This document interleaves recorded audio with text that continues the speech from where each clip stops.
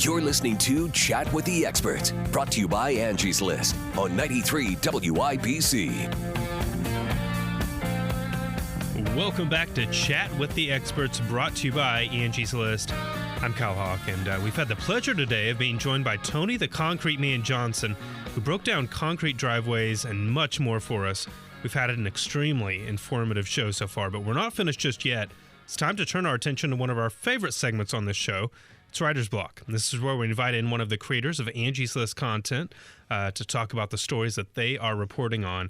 And today we're joined by a new addition to the Angie's List newsroom. His name is Tom Lange. He's a staff writer who covers home improvement and health topics. Tom received his master's degree in journalism from the University of Illinois in Champaign-Urbana in 2007, and he spent 7.5 years working for newspapers throughout Indiana covering education and breaking news, and he's here today to talk with us about how pavers measure up to concrete and a whole lot more. Tom, welcome to the show. Kyle, thanks for having me. Definitely. I know you're a big movie buff, and that's one of the first conversations that we ended up having was about movies. What's been your favorite movie so far this summer? You know, there's been a lot that's come out this summer. Probably the one that had my attention the most was the Mad Max sequel.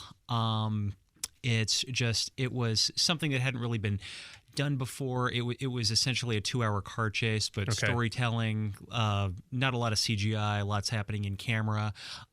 So I was completely geeked out on everything I saw. Yeah, you've spoken very highly of it. I still need to see it, and I'll probably end up seeing it about the time you end up seeing Jurassic World, a movie that you're somewhat boycotting. So it's not that I'm boycotting, though I realize I may be the one guy who still hasn't seen it yet. Having seen the first one as many times as I have, it was Spielberg. It was the original.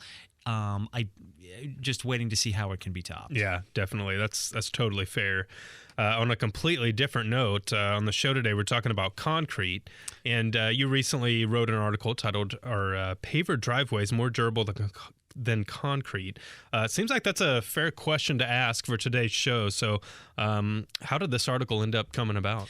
You know, there are so many different options that are available in terms of driveways, whether regarding there's asphalt, there's concrete, there's stamped concrete, and there's pavers. And so we had a number of members who were just sort of asking, what are the differences between these options? What does it mean? What are the differences in terms of durability, in terms of cost, in terms of installation? Yeah. And so this is just a way to be able to break down some of the similarities and differences. Who did you speak with as you were putting this piece together?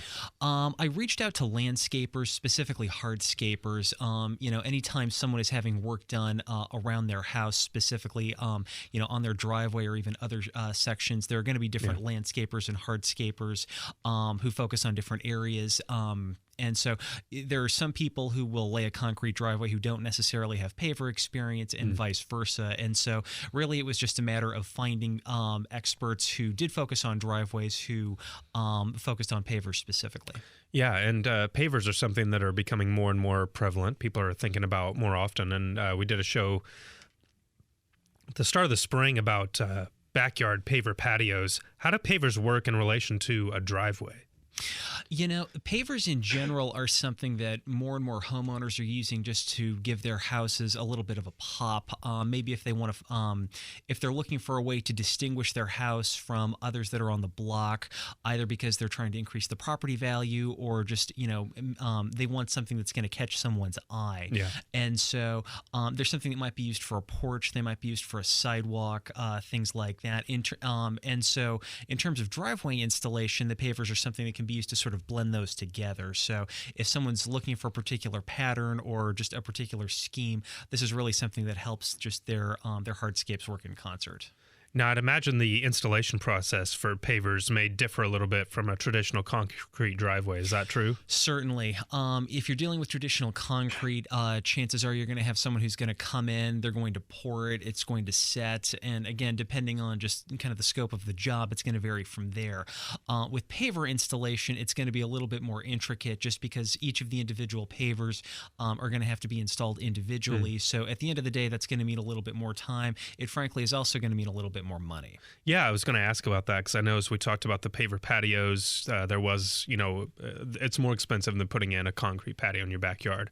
What kind of cost is someone looking at for a paver driveway? It's always going to depend, just depending on the service provider that you have. But typically, ballpark, if you're dealing with a typical concrete driveway, you might be looking at $5 per square foot. With a paver, it's probably going to be closer to $10 to $15 per square foot.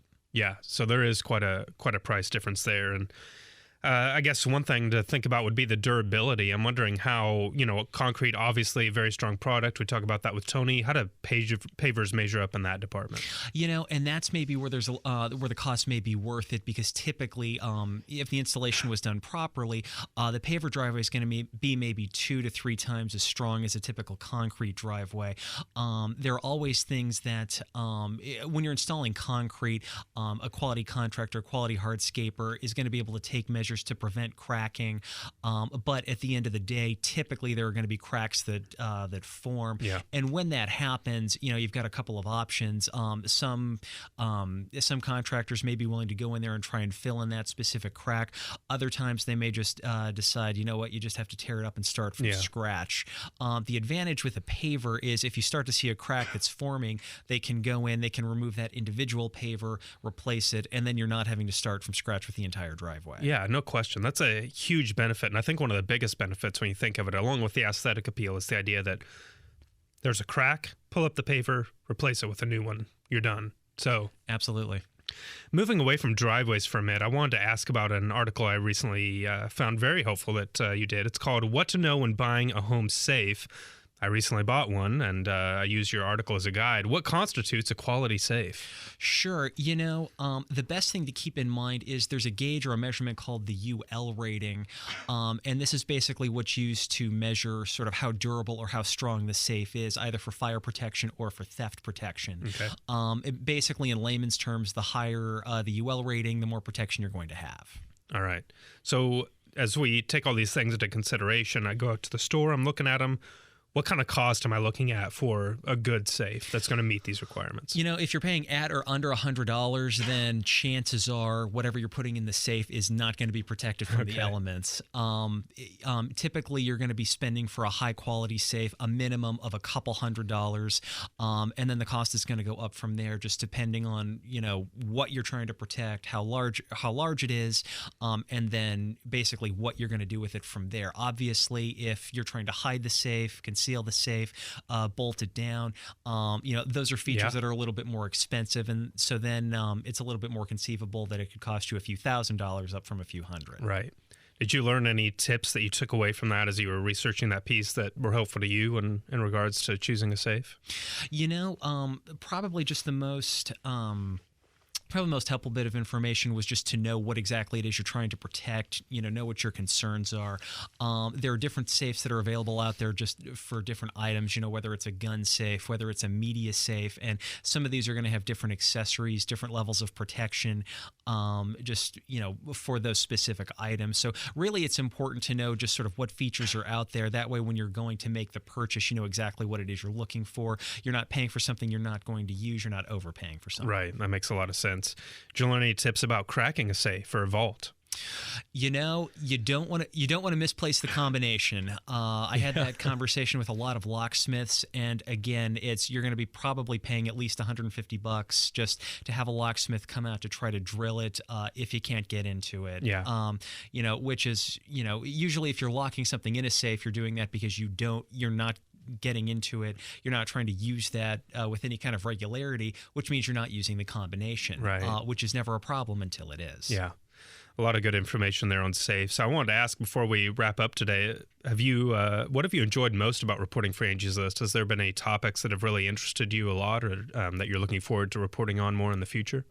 The safe story was a lot of fun just because, that was, I can't tell you exactly how that concept sort of came about. It was just as I was looking for story ideas, I thought, well, wait a minute, how do you buy a safe? Because there are so many that are clearly available. And so learning about the UL ratings and just, all of the different options out there were certainly fun.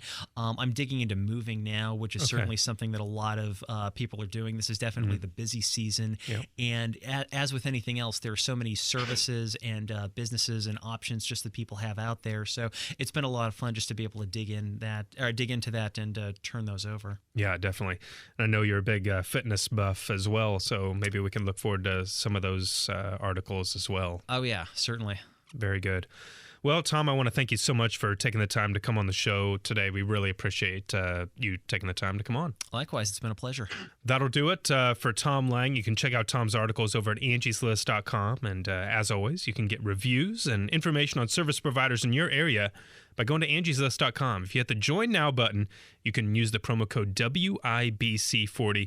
You'll get 40% off an annual membership, which, oh, by the way, is now under $10, just $9.99 for the full year.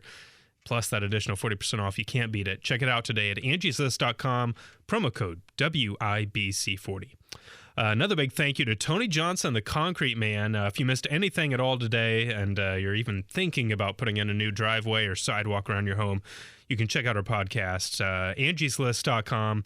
You can download it from iTunes and subscribe there. Thank you so much for joining us today. This has been Chat with the Experts. I'm Kyle Hawk, and we'll catch you next time.